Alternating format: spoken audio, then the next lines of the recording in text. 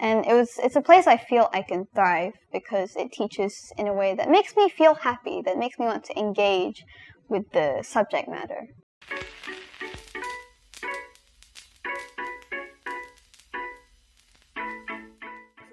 I felt more like actually intellectually stimulated because in my old school, at the very beginning, we had really good teachers and I still enjoyed learning. And the thing is, I'm quite optimistic most of the time, so even if, like, when I went to an actual SMK, a normal government school, I still tried to be optimistic and tried to find ways to keep myself stimulated even though the teachers were not great.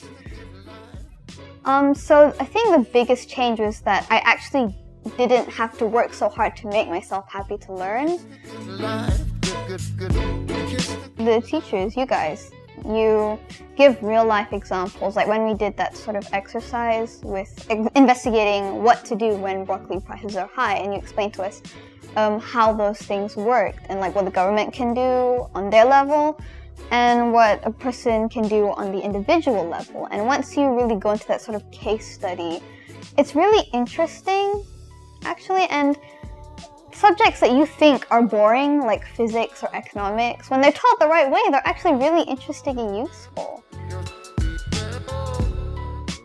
Well, since the classes are very engaging, I will always be thinking about what I've learned for pretty much the rest of the day. And maybe during tea time or dinner or when I'm chilling with my family and I chat with my parents, I will tell them what I've learned today, and because they are very cool parents, they will listen to me ramble on and on about whatever.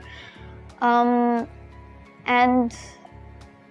sometimes I'll be watching the news or reading the newspaper and I see something that I've learned about that day or that week and be like, oh, I learned about this, and I finally understand the significance of this decision that a politician made or whatever. So it always feels exciting to see something that you've learned in real life, and it makes you realize, wow, this is actually really useful.